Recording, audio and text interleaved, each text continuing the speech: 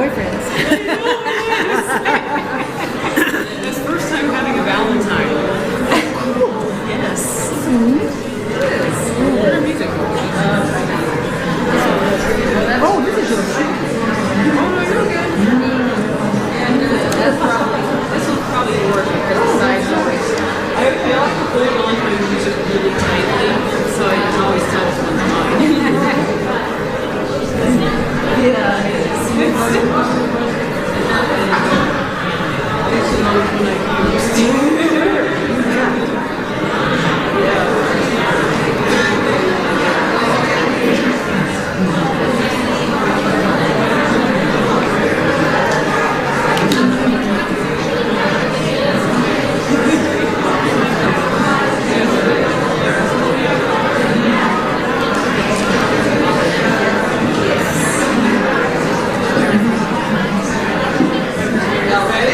it's another one I used.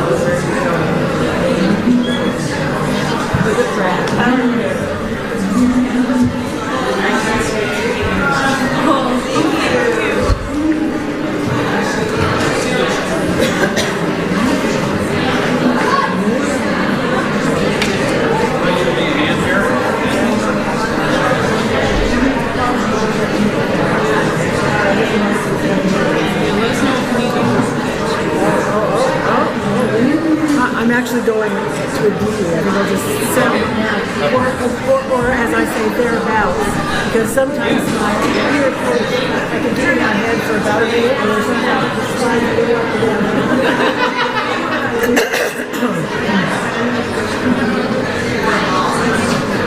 Let's see.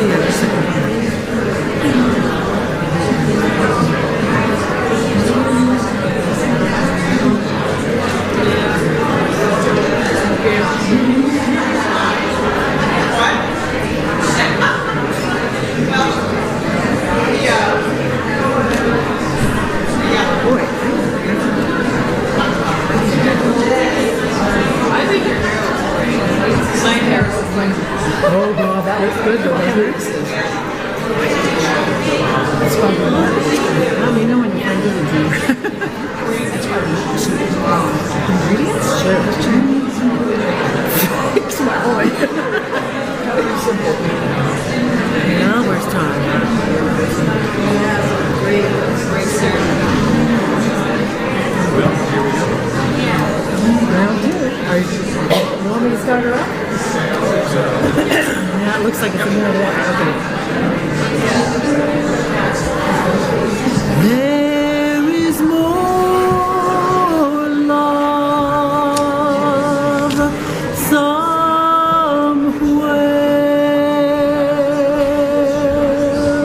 There is more love somewhere,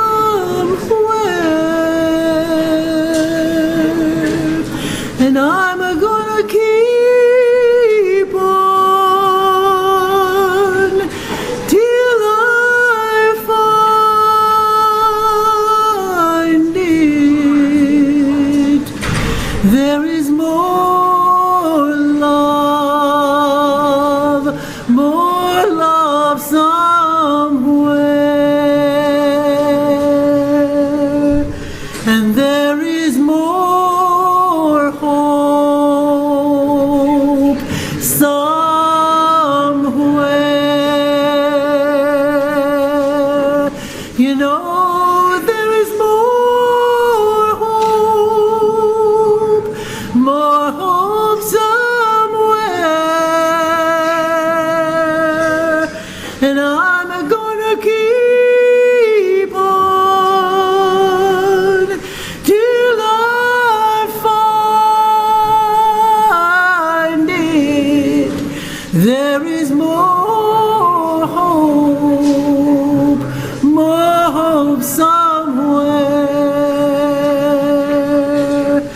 And you know there is more peace somewhere. You know there is more peace somewhere. And I'm gonna keep on till I find it. There is more peace somewhere. Now come on, sing with me. You know there is more joy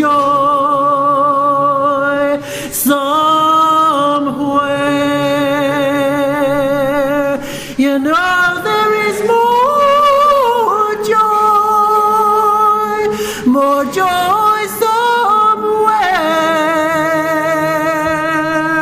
And we're gonna keep on till we find it. There's more joy somewhere.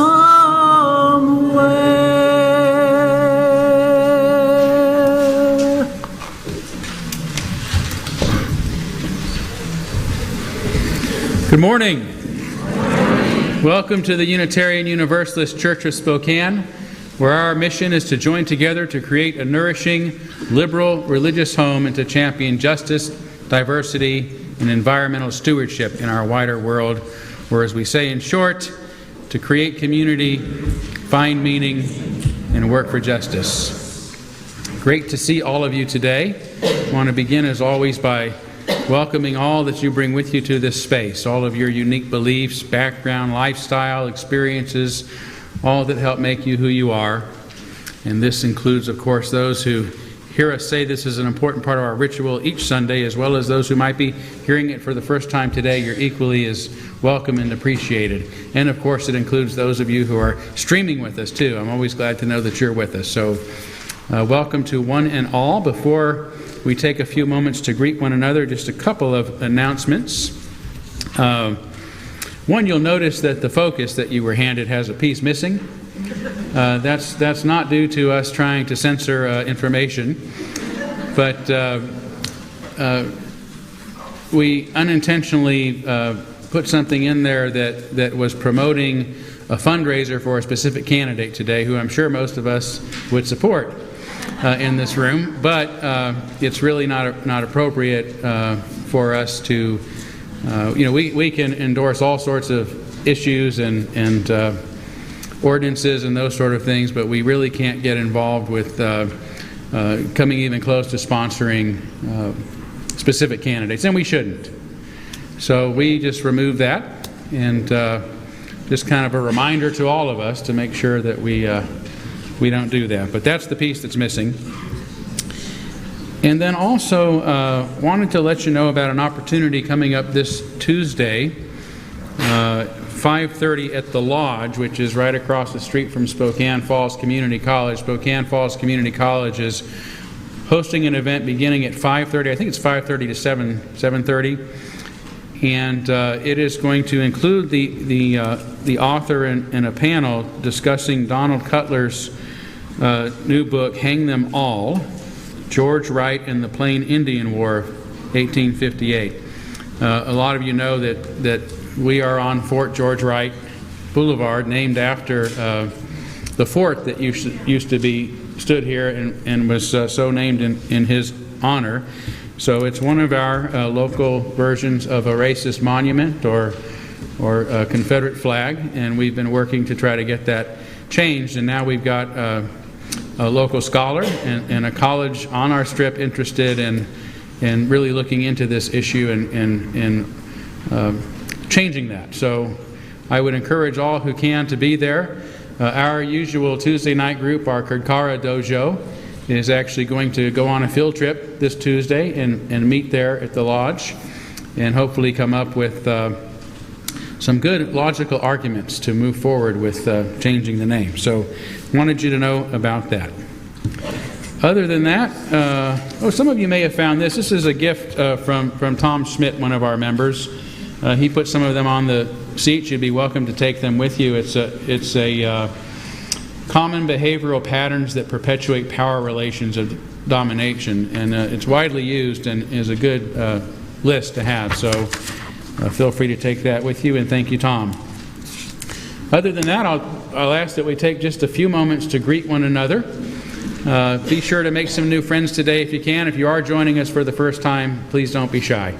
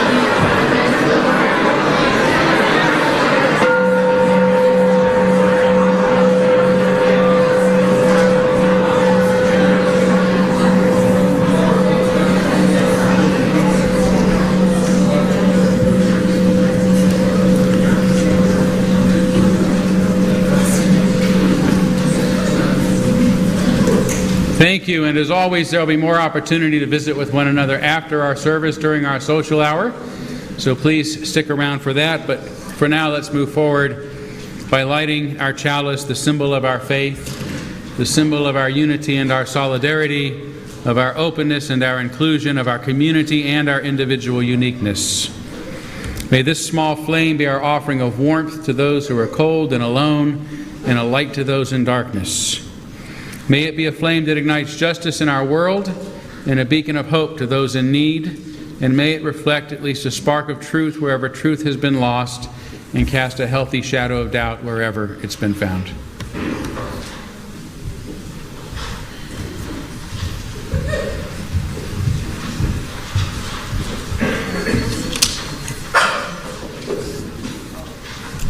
Our opening words this morning are from Andre Moll.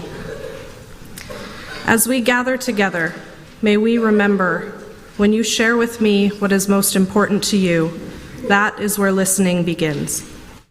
When I show you that I hear you, when I say that your life matters, that is where compassion begins.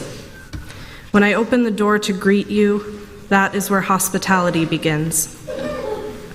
When I venture out to bring you to shelter, that is where love begins. When I risk my comfort to ease your suffering, when I act against hatred, violence, and injustice, that is where courage begins. When we experience the full presence of each other because of our shared humanity, because of our differences, that is where holy gratitude begins. May this space be a table that is not complete until all are welcome. May this table be a space of beauty where together we create a series of miracles and where all that we share is sacred.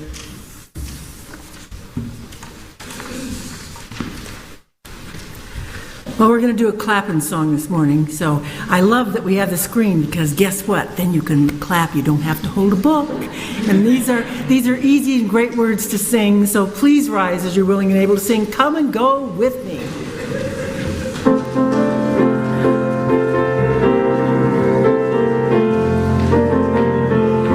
Come and go with me to that land. Come and go with me to that land. Come and go with me to that land where I'm bound, where I'm bound. Come and go with me to that land. Come and go with me to that land. Come and go with me to that land where I'm bound. There'll be freedom in that land. There'll be freedom in that land. There will be freedom in that land where I'm bound, where I'm bound. There will be freedom in that land. There will be freedom in that land. There will be freedom in that land where I'm bound. There will be justice in that land. There will be justice in that land. There will be justice in that land where I'm bound, where I'm bound. There will be justice in that land. There will be justice in that land. There will be justice in that land where I'm bound. There will be singing in that land. There will be singing in that land. There will be singing in that land where we're bound, where we're bound.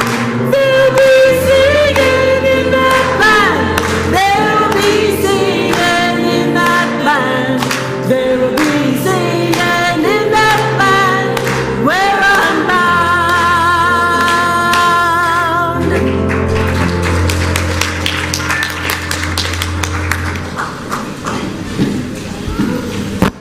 It is time for our story for all ages, and I see I'm popping again. Turn it down just a second. Take my jacket off. But that's as far as it's going.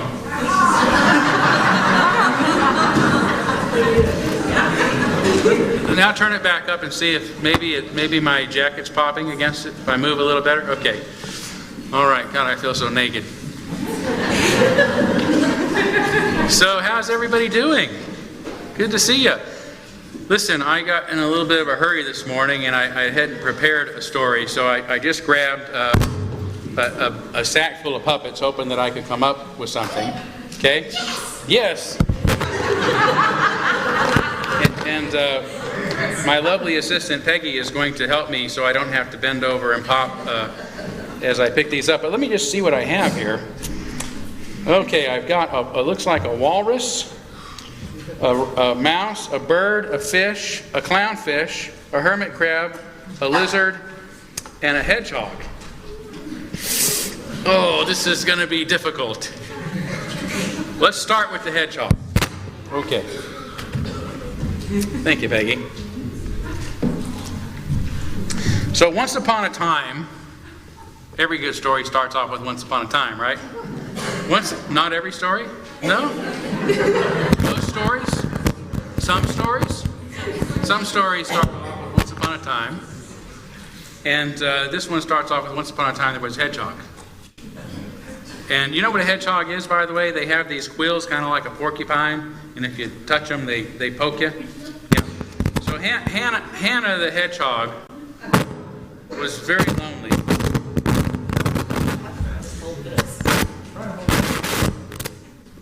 Good. Even better.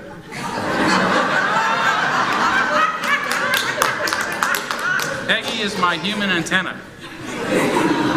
Okay, so Hannah the hedgehog was very lonely because she was kind of prickly, and being such a prickly person made it very difficult to make friends.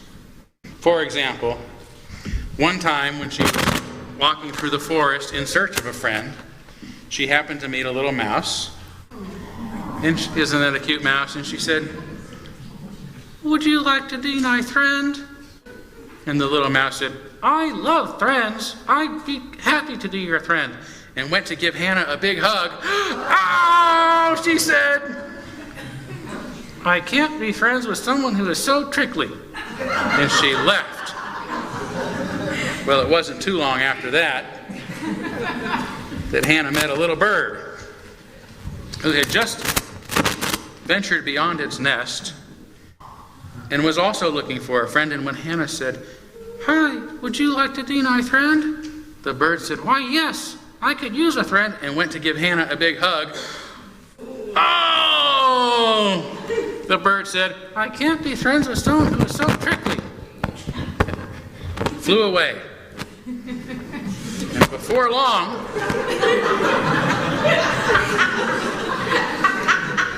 can you help me there? She ran into a lizard that was actually this lizard loved to hug things. In fact, it's a tree-hugging lizard. A lot of us can relate. And she said to the lizard, "Would you like to be my friend?" And the lizard said, "Well, of course I would." And he went to give Hannah a hug, and ow! He said, "I can't be friends with someone who's so trickly." And up the tree the lizard went.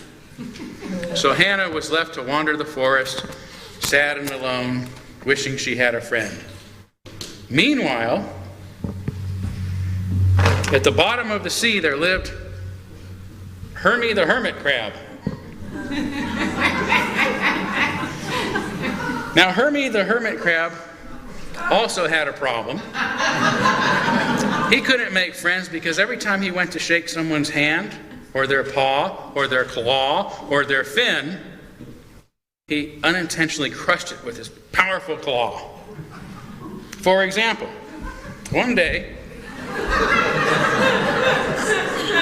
a salmon was swimming by, and Hermie said, "Would you like to be my friend?" And the salmon said, "Why, sure. Put her there, pal." And Hermie refused to shake hands because he didn't want to hurt the fish. And the salmon said, "Well, I can't be friends with somebody who's so hard to get along with." And swam away to go back upstream. Of course, there's lots of fish in the sea. And so this delightful clownfish was swimming by. Who more friendly looking than a clownfish?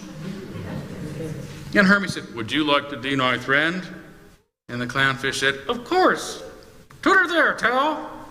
And Hermie again refused to shake the clownfish's fin for fear he might hurt the clownfish. So the clownfish said, "Well, I can't be friends with someone who is so hard to get along with."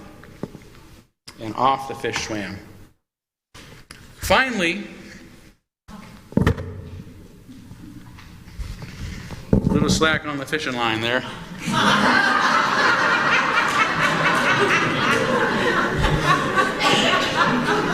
Finally, a walrus swam through the sea and bumped into Hermie. And Hermie said, "Would you like to be my friend?" "Of course," said the walrus. "Put her there, Tal." Hermie again refused to shake hands with the walrus for fear he might crush it. The walrus said, "Well, I can't be friends with someone who is so hard to get along with." And off he swam. So Hermie was left to go down to the bottom of the sea and just be by himself without any friends. Meanwhile, back up on shore, Hannah the hedgehog was wandering through the forest when she came upon a pool of still water next to a creek. She looked in and saw her own reflection. She'd never seen her reflection before and thought it was another hedgehog.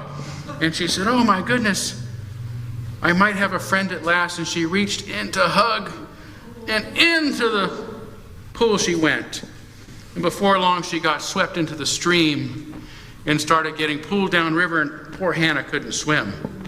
In fact, along the way, very staticky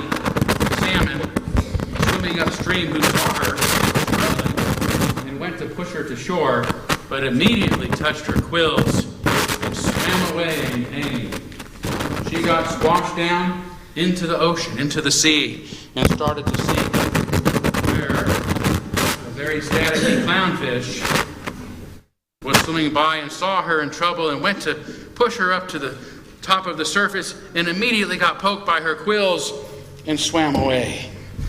And finally, a very powerful walrus came and thought he could put her in his mouth and gently carry her up to the shore, and immediately got the roof of its mouth stuck with her quills and swam away in pain. It looked like Hannah the hedgehog was a goner as she started to sink, but Hermie the hermit crab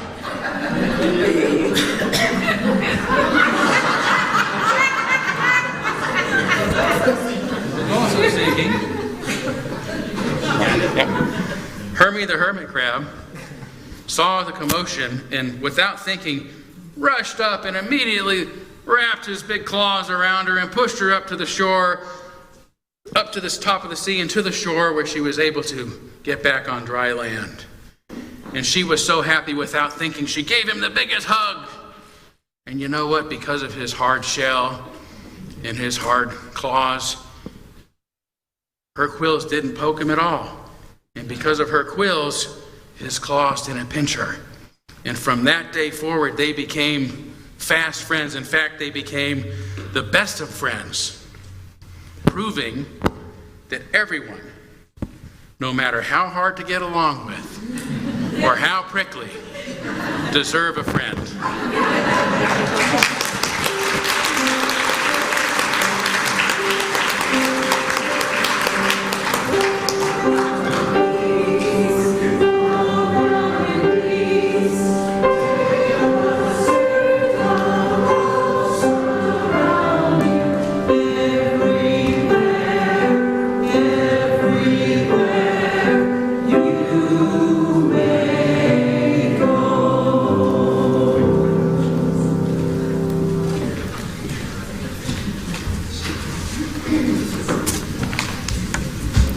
Today we have a special collection, so if you open up your order of service, you'll find a small envelope. Please use this if you wish to donate, and don't worry about licking them shut, as we do reuse the envelopes. The collection this morning is for the Center for Justice, Spokane's community law firm that advocates for a just community by using the power of the law, public policy, and media to create solutions that benefit all communities in Spokane. We now gratefully give and receive this morning's offering, which sustains this community and its mission to the larger world.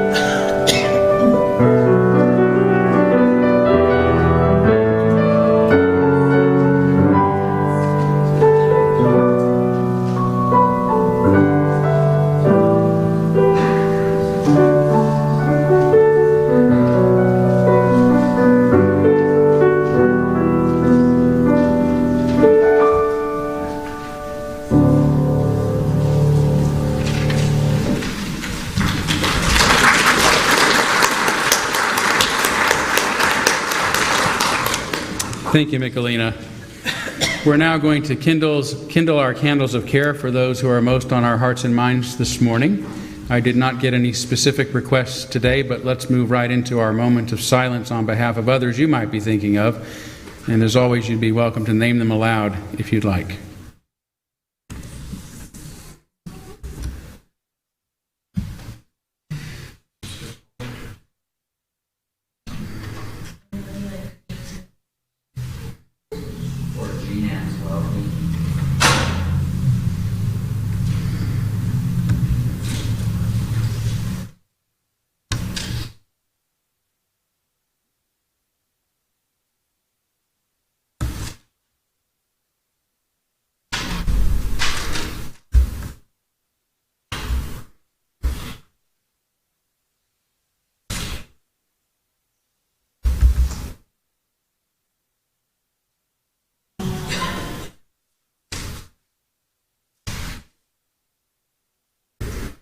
Those named aloud and those embraced in our silence and all those who are suffering in our world at this hour, we hold in our community with compassion.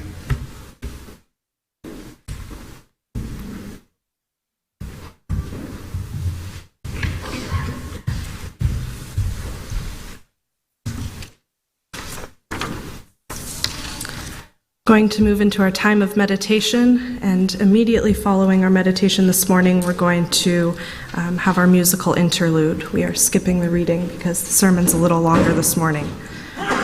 So the words to lead us into our time of silent meditation this morning are from Nelson Mandela.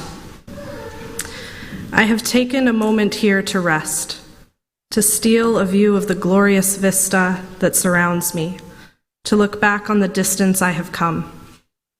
But I can rest only for a moment, for with freedom come responsibilities, and I dare not linger, for my long walk is not yet ended.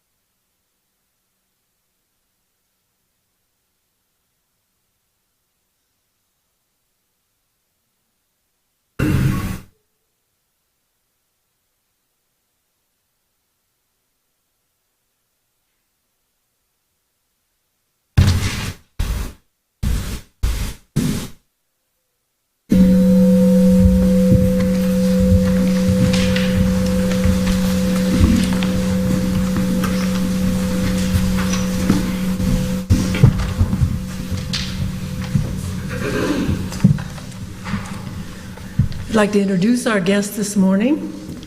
To my left is Marissa Weddle, and to my right is Kelsey Weddle, and at our piano, it's Casey Wilkinson. And they are our guests today, and I asked them to do a special piece with me called Ain't I a Woman? These are the words of Sojourner Truth, a really exceptional person in life. She was born a slave and had her freedom after 30 years. And after obtaining her freedom, she moved around to preach to people, to tell the truth. That's why she called herself Sojourner Truth. She was an abolitionist. She was a great proponent of women's rights and freedom. And we are going to be singing words from her speech, that very famous speech, her Ain't I a Woman speech that she gave in Akron, Ohio.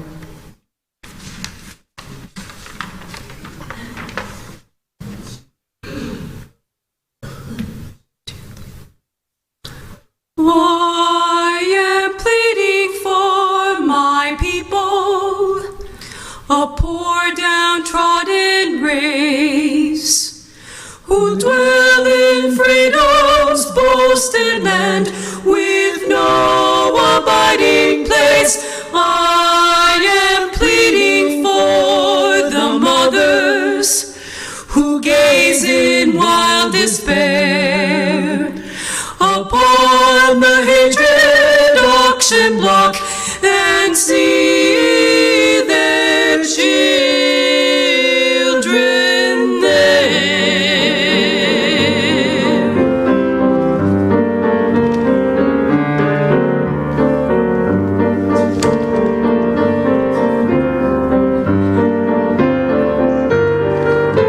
And ain't I a woman? And ain't I a woman? And ain't I a woman? Oh, look at me. Look at my arm. I have plowed and planted and gathered into barns, and no man could head me. Oh, no man could head me. Oh, no man could head me. No man could help me, and Ain't I a woman? and Ain't I a woman? I could work as much and eat as much as a man when I could get it and bear the lash as well. Ain't I a woman? and Ain't I a woman? I have borne 13 children and seen almost all sold off to slavery. And when I cried out with a mother's grief, none but Jesus heard me. Oh, none but Jesus heard me. None but Jesus heard me. Oh, and ain't I a woman? and Ain't I a woman? If the first woman God ever made was strong enough to turn the world upside down all alone. Whoa, these women together ought to be able to turn it back and get it right side up again. Right side up again. Right side up again. Right side up again. Right side. Right side up again. And now those asking to do what the men better let on. Men better let on. Men better let on. Let on. We have all been thrown down so low that nobody thought we'd ever come up again. That we have been long enough trodden on. We will come up again. We will come up again. We will come up, and now here I am. Now here I am. I want to tell you these days. Always, always, always remember, I have done the best I could. I have told the whole truth. I'm going home.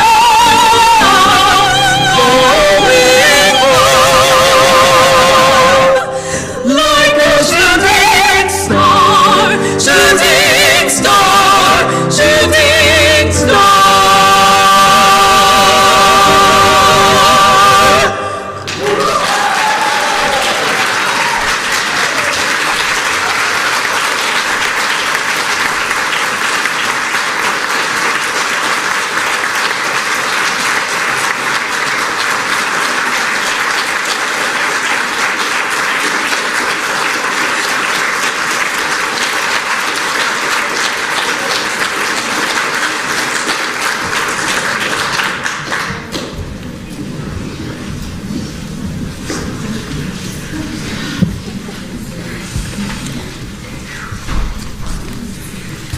Well, I am speechless.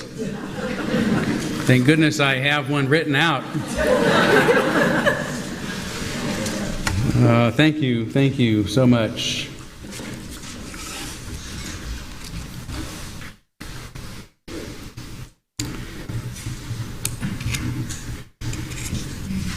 Just almost have to just sit with that for a bit, don't we? So I realize that the title of my sermon today is Audacious. For some, the suggestion that after 500 years of white supremacy and racism, that anyone, let alone a white American male, can say how to finally end this scourge may even sound insulting, which is not my intention. But as another American male has proven, all of us can have the audacity of hope. So I want to begin by talking a little of my own experience of race and racism growing up in America. Firstly, I don't believe that I was born a white male, but was immediately labeled as such by others. They even put it on my birth certificate. I'm not sure when I first began identifying as a male or as a boy, but it must have been early on since I have no memory of it.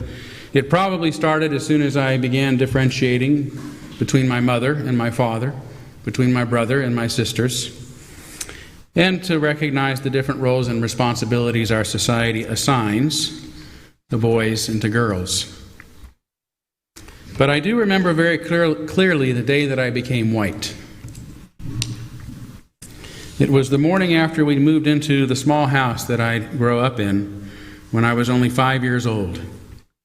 Until then, we'd been living in an apartment in South City, just beneath the San Bruno Mountains.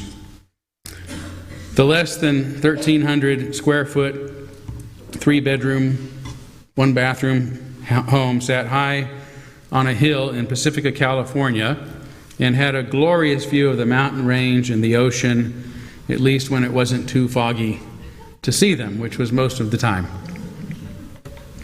The day we moved in, my parents, my older sister, my younger brother, and my newborn sister, that is, we met the 3 kids living right across the street who happened to be the same ages and genders as us, and we gleefully played together, I should say, the entire time that my parents were busy moving in.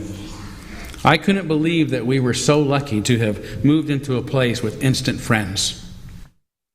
The next morning, while I was out exploring the playhouse in my new backyard, I was delighted to see Jan and Tony and Jerome come outside. But as I greeted them with an eager smile on my face, looking forward to a repeat of the day before, I was stunned to hear them say, "Don't talk to us, you white bald-ass eagle. We're not your friends, you honky." I wondered what I'd done wrong to make them so angry at me. Given what they were saying, I first thought it must have been because of the buzz cut that my father always insisted on. But when I found out what a honky was, I quickly realized it was because of the color of my skin.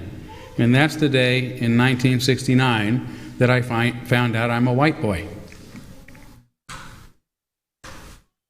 I remember earlier that same year, while still in our apartment, July 24th, 1969, my mother watching news coverage that had preempted her usual soap operas on our little black and white television.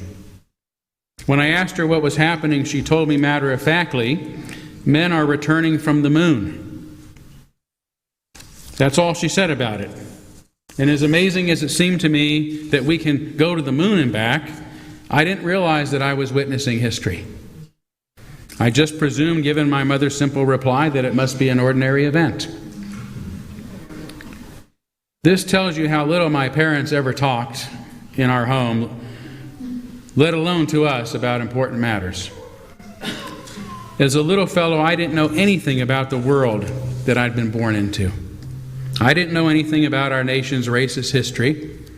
I didn't know about slavery, let alone the civil rights movement of the day, the assassination of Dr. King, integration, busing, race riots, none of it. Even though it turns out my parents, especially my father, were racist, at that point in my life, just like going to the moon, I knew nothing about what was going on in the world or going on in their heads. I'm sure I've seen lots of people considered non-white by the time I was 5, but wouldn't have noticed it any more than I would have noticed somebody's hair color. But the morning after we moved into our new home, 574 Heathcliff Drive in Pacifica, California, I became a white boy. Although I didn't realize it at the time, it so happened that in 1969, I had also moved into one of the first integrated neighborhoods in the country, which included integrated public schools. And when I say integrated, I mean white Americans and African Americans, as well as lots of other ethnicities.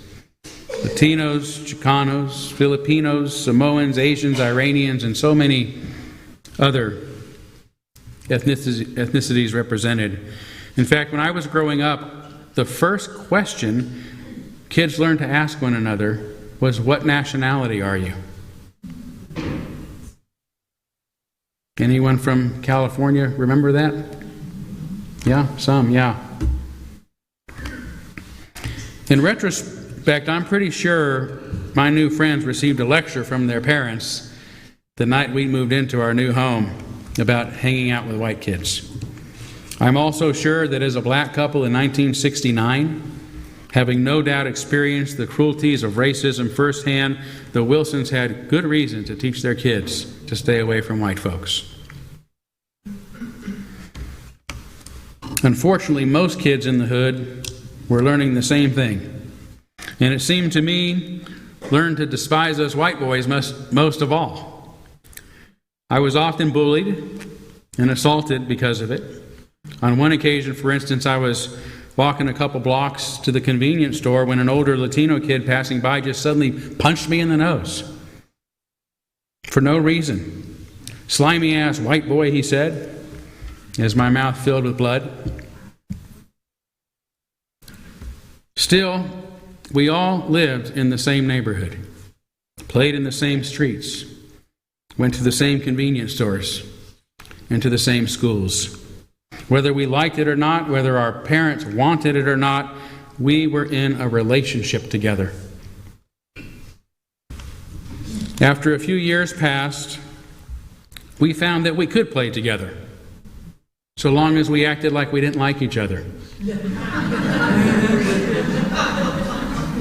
And the weird thing is, we did like each other. By the time we got to high school, like most teenagers, we didn't care what our parents thought. And we decided we're just going to be friends. And I came to love Tony Wilson like a brother. We especially loved playing chess together. We also used to play this game called BB Britches. Anyone remember that? No?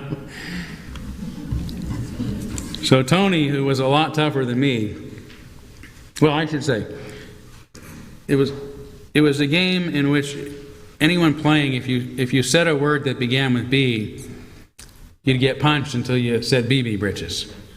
Okay? So Tony was a lot tougher guy than me, and we were walking and talking at school one day, and he was very animated and let a B word slip, and I just instinctively smashed him in the chest, and he went up against the gym wall and looked at me like he was going to kill me. So I started punching him real quickly, and he said, BB Britches, and we had a great laugh about that. But I was sad, to learn very recently that he died of an overdose when he was only 40. But my absolute best friend in high school was another African-American young man, Danny Bester. And Danny was my protector from school bullies. He taught me how to drive. And he turned me on to Gandhi. This was way before the internet in the era of costly long-distance phone calls, so I lost track of him after I left home at age 18. In recent years, I've unsuccessfully conducted searches for him on Google, and just a few months ago, paid for a record search. Turns out that this dear boy, this brother, this kind soul with so much potential, has spent most of his life since then in and out of prison on drug-related charges. Still hard for me to believe he was such a great guy, well-liked, kind-hearted. And I know the only difference between us is the color of our skin. The privilege of having white skin allowed me to escape the scrutiny of the police early in my life, and opened doors allowing me to overcome the poverty and troubled nature of my childhood.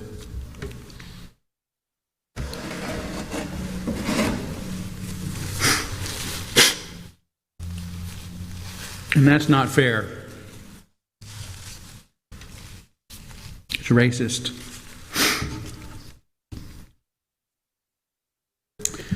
Growing up, I really didn't have many white friends, none that I can remember by name.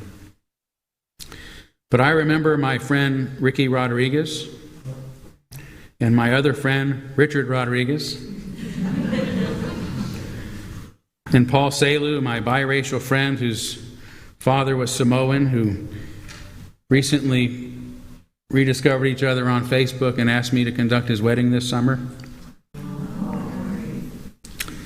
I remember Derek Ayala, great guy, real popular kid, one of the most handsome guys in school. He was in Teen Magazine back then, on the cover of Teen Magazine back then.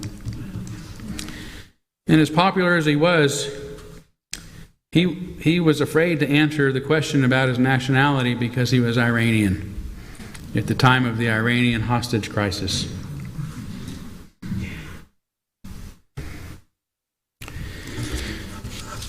And I remember Tony Wilson and Danny Bester. These were the kids that I loved and that I grew up with and that I still remember and that I still miss. These were the kids who realized, despite all the horrors of the past or the fears and prejudices of parents who tried to pass them on to us, that within just a few years we could live together and we could become good friends. And that just a few years later, that same generation born before the civil rights legislation had ever been passed would go on to help elect our nation's first non-white president. That's how powerful living together can be. Even in high school, however, I didn't realize how unique my experience growing up in the San Francisco Bay Area during the 1970s was. I remember going outside with Tony and Jerome one summer when their cousin from Mississippi had come up for a visit.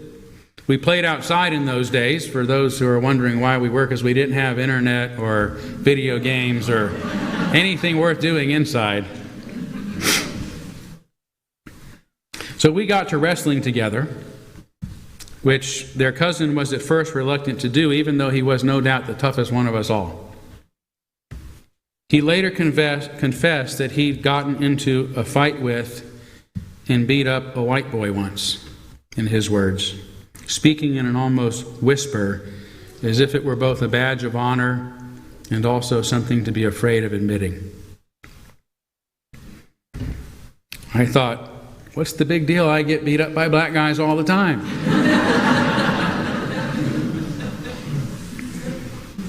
But that's really when I realized that my integrated neighborhood and friendships were unique. When I left Pacifica, California to attend college in Brownwood, Texas, it was an entirely different ballgame. That's when I further realized the rest of our country remains segregated. When a traveling businessman I knew found out that I was moving to the Lone Star State, he exclaimed, "Texas? I hate Texas." Those people think the Civil War is still going on. And given that the Civil War seemed like one of those ancient parts of history that I failed test on, I couldn't imagine what he meant until the first time that somebody called me a Yankee within a week of being in Texas. Sure, kids of different backgrounds went to schools together, but for the most part they came from and remained relegated to racially segregated neighborhoods. From Brownwood, Texas, to Louisville, Kentucky, to Spokane, Washington, I've experienced a mostly segregated America ever since. Fortunately, my college roommate and best friend was of Mexican heritage. Danny Alejandro was an ordinary American kid who majored in Spanish just so he could learn the language. I remember us once going to a barber shop near campus, and the barber took one look at him and refused to give either of us a haircut. I couldn't believe it. It was the early 1980s, and this bigot still refused to serve non-whites in his establishment, and he could get away with it.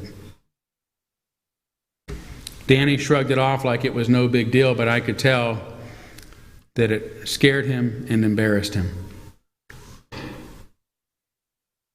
But here I am in 2018, and I'm still living in a segregated country, led by a racist president who's appointed several notorious white supremacists to his cabinet and wants to further segregate our world by building walls, physical and figurative, to keep non-whites down and out. So I guess the fact that a barber could refuse service to a Mexican kid 35 years ago shouldn't surprise any of us. But the real impetus for this sermon isn't the wake-up call, or should I say the wake-up tweet, that Trump's election has given us all. It's actually something that his opponent, Hillary Clinton, said during one of their debates that I found gravely disturbing. It was just a few days after the police had killed 2 more unarmed African American men in Tulsa, Oklahoma, and Charlotte, North Carolina. In light of these kind of shootings and the civil unrest that followed, CNN moderator Lester Holt asked, "How do we heal the divide?" And I'll give you now the entire full 2-minute response from Clinton. Race remains a significant challenge in our country. Unfortunately, race still determines too much. It often determines where people live, determines what kind of education in their public schools they can get, and yes, it determines how they are treated in the criminal justice system. We've just seen those 2 tragic examples in both Tulsa and Charlotte, and we've got to do several things at the same time. We have to restore trust between the communities and the police. We have to work to make sure that our police are using the best training, the best techniques, that they're well prepared to use force only when necessary. Everyone should be respected by the law, and everyone should respect the law. Right now, that's not the case in a lot of our neighborhoods. So I have, ever since the first day of my campaign, called for criminal justice reform. I've laid out a platform that I think would begin to reform some of the problems we have in the criminal justice system. But we also have to recognize that in addition to the challenges that we are faced with policing, there are so many brave police officers who equally want reform. So we have to bring communities together to begin working on this as a mutual goal. And we've got to get guns out of the hands of people who should not have them. The gun epidemic is the leading cause of death of young African American men, more than the next 9 causes put together. So we have to do 2 things, as I have said. We have to restore trust. We have to work with the police. We have to make sure they respect the communities and the communities respect them. And we have to tackle the plague of gun violence, which is a big contributor to a lot of the problems that we're seeing today.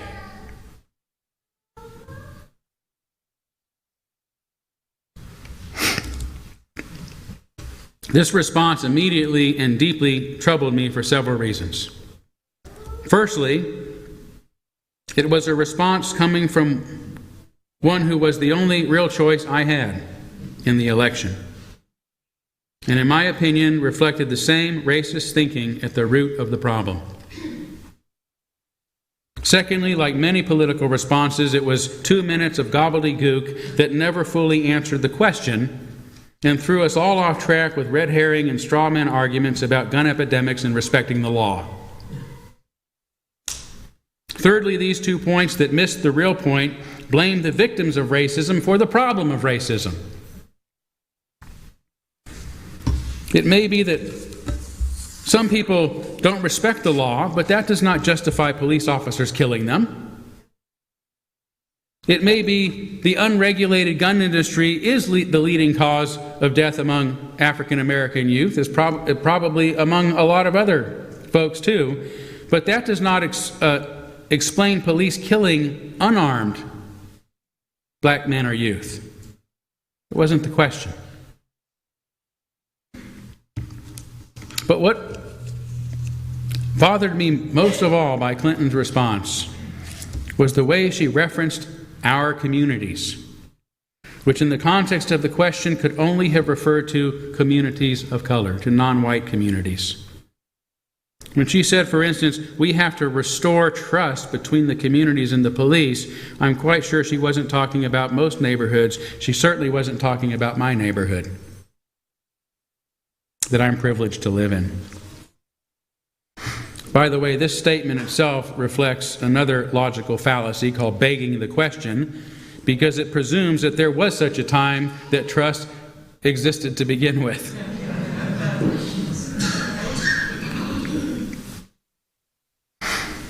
It was her presumption that whatever the solution is to racial unrest, it must include the continued targeting, over-policing, and perpetual existence of so-called communities of color that bothered me most of all. For I believe that such segregation is the problem, and racism cannot end until all of our communities and neighborhoods are made whole by reflecting the diversity of our nation.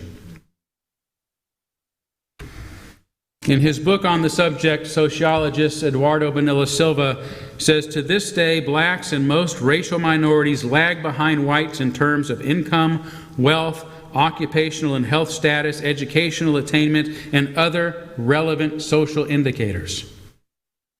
A social indicator is the technical term the United Nations uses in reference to the statistical data it compiles regarding things like health, education, wealth, environment, employment, and housing for various demographics. The indicator that I'm focusing on here is the latter, housing, or more precisely, the systems that continue to house non-whites in segregated communities and to keep them in their place through racist law enforcement policies and practices, even though our national mythology would have us believe that segregation was a Southern problem that was resolved in the 1960s. Far earlier than this, however, toward the end of World War I, Southern blacks began fleeing the northern states in hope of a better, fairer life, in such great numbers that historians refer to it as the Great Migration. As historian Ibram X. Kendi explains, over the course of 6 decades, 6 million black Southerners left their homes, transforming black America from a primarily Southern population to a national and urban one. And segregationist ideas became nationalized and urbanized in the process. The result has been that today, northern cities are even more segregated than southern cities. As Bonilla Silva's research indicates, the index of residential segregation for the north is around 80, and for the south, around 70. So to translate, if a 0 index reflects no segregation and 100 represents full segregation, northern communities today are, again, even more segregated than communities in the south. Here in Spokane, Black pioneers who, again, were among those who first came to Spokane could live wherever they chose, but by the mid-1940s, in response to the Great Migration, Spokane's real estate and housing policies fell in line with the national trends. The Spokane Realty Board's National Code of Ethics prohibited realtors from, as it reads, introducing into a neighborhood a character of property or occupancy, members of any race or nationality, or any persons whose presence will be detrimental to property values in that neighborhood. In other words, they weren't allowed to sell or to rent to blacks if doing so would harm property values. Their code of ethics actually called doing so unethical. Mortgage companies additionally refused to extend loans to blacks, all of which left 20% of the local black population with no choice but to move into the city's poorly constructed government housing projects. There were even perfectly legal neighborhood covenants stating no persons of any race other than white shall be allowed in unless they were servants of white homeowners. I won't go into the generational poverty or continued systems of segregation like this have caused and will continue to cause until we bring them down. I would rather go back to my personal experience of having grown up in an extremely diverse community. It may have been difficult for us at first, mostly because of the fears and prejudices our parents were passing on to us, racist feelings and beliefs that we couldn't help but to take in to some degree. Yet having no choice but to live together, having no choice but to live together, we were able to soon shrug off those fears and those prejudices, to become good friends, to love one another, and to be part of that very same generation to help elect our first African American president, far sooner than anyone in the 1970s could have ever imagined. During his prestigious Ware lecture to the Unitarian Universalist General Assembly in New Orleans just last year, Brian Stevenson, author of Just Mercy, the best-selling book, says that one of the keys to finally ending racism in our country is to get proximate.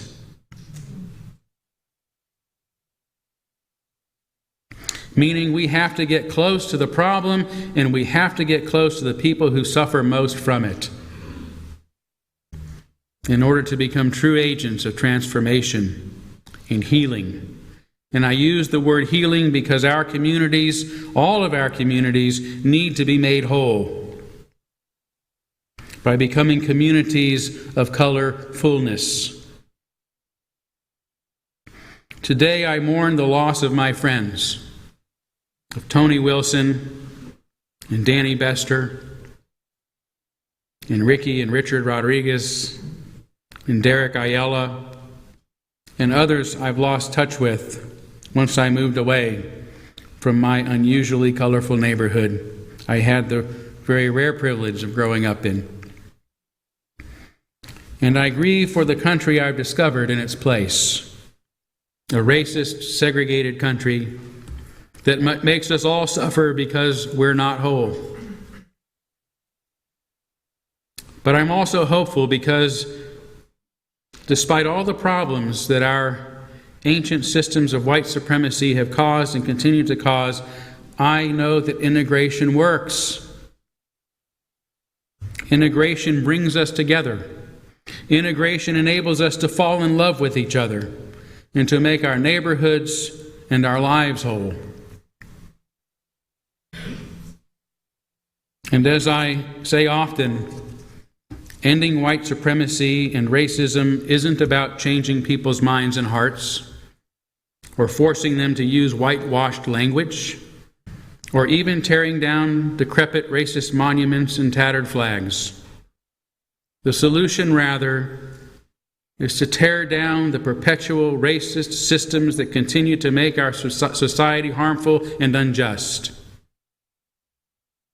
And I'm further suggesting that this can only begin with real integration, by going after the now informal redlining that continues to put up invisible walls to keep non-whites out.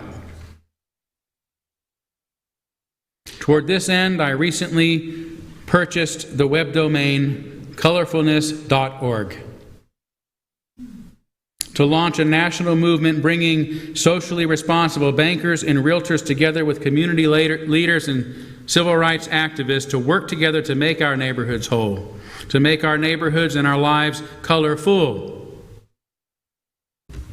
I've begun preliminary conversations already with acquaintances in the local banking industry, as well as with my friend Reverend Happy Watkins, who's extremely excited about us working together on this project. And it is my hope that our congregation can seize upon this effort as an opportunity to fulfill our mission to champion diversity and to create real community by making all our communities whole, by creating communities of colorfulness. Amen? Amen. Thank you.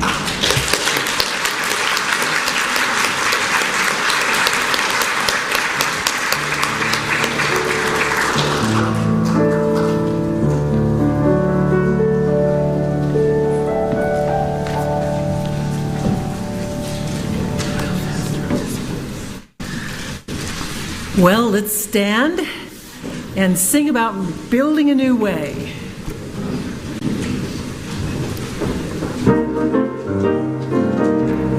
We are building a new way. We are building a new way. We are building a new way.